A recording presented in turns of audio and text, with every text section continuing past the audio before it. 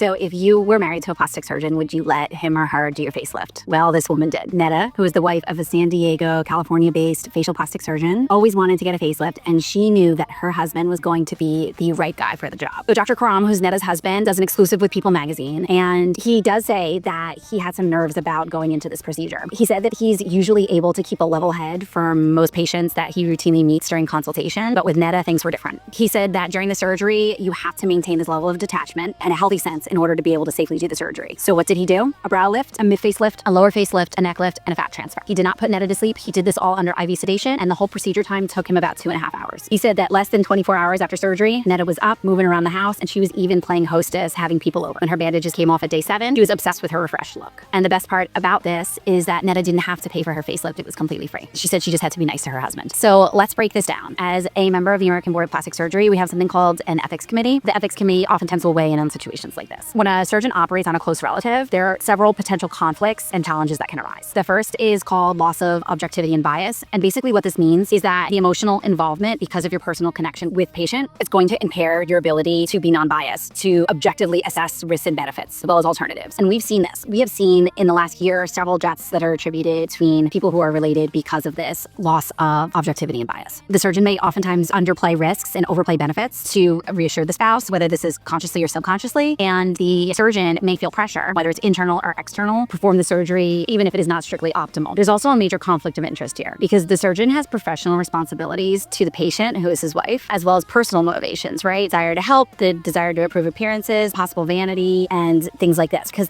this is his wife, so he wants her to look really good. The third is something called patient autonomy or consent under pressure. So as a patient, his wife, she may feel pressured into doing something that she may not have even thought that she needed to do, or she may feel obligated to do something. The fourth thing is what happens if there's a complication. It can damage trust, it can damage a marriage. The last and really important thing as well is the perception of public trust and professionalism. Lots of room for discussion here.